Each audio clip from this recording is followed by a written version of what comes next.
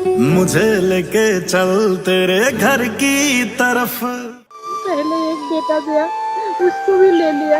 भैया हमारे बेटे को बचा लो तुम, पैर पड़ता हूँ। नहीं, क्या हो गया?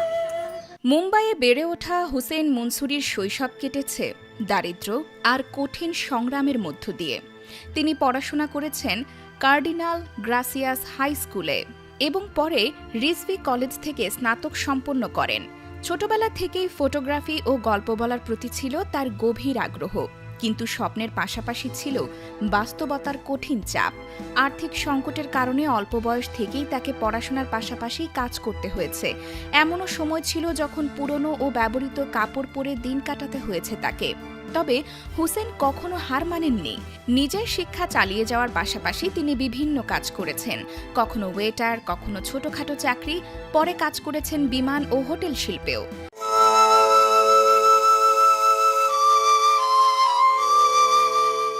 জীবনের প্রতিটি ধাপে তিনি কাছ থেকে দেখেছেন মানুষের কষ্ট, অভাব আর অসহায়ত্ব। সেই অভিজ্ঞতাই তার জীবনকে নতুন পথে নিয়ে যায়।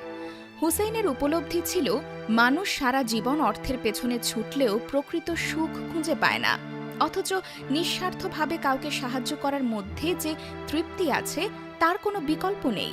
সেই বিশ্বাস থেকেই তিনি নিজের জীবনের মূল মন্ত্র বানান, তু বাস দুয়া কামা ফির তুৎসে আমির কই নেহি, অর্থাৎ মানুষের দোয়া অর্জন করো, এর চেয়ে বড় সম্পদ আর কিছু নেই।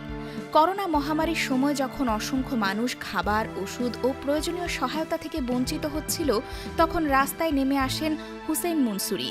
তিনি ক্ষুধার্তদের খাবার দিয়েছেন, অসুস্থদের পাশে দাঁড়িয়েছেন এবং গৃহহীন মানুষদের সাহায্য করেছেন। তিনি ক্যান্সারে আক্রান্ত শিশু ও রোগীদের চিকিৎসা সহায়তা করেন, দরিদ্র শিক্ষার্থীদের পড়াশোনার খরচ বহন করেন এবং অসহায় বৃদ্ধদের খাদ্য, বস্ত্র ও প্রয়োজনীয় সহায়তা পৌঁছে দেন। ধর্ম, বর্ণ বা পরিচয় কোনো কিছুই তার কাছে মানুষের চেয়ে বড় নয়। সামাজিক যোগাযোগ মাধ্যমে তার ভিডিওগুলো কোটি মানুষের হৃদয় ছুঁয়েছে, কারণ সেখানে শুধু সাহায্যের দৃশ্য নয়, দেখা যায় একজন মানুষের প্রতি আরেকজন মানুষের আন্তরিক ভালোবাসা।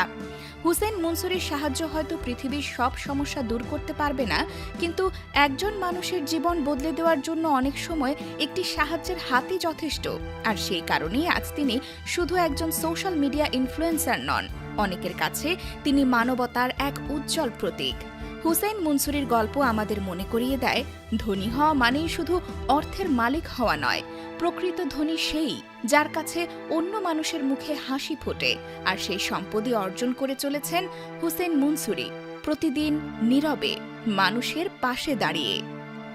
खुला आसमां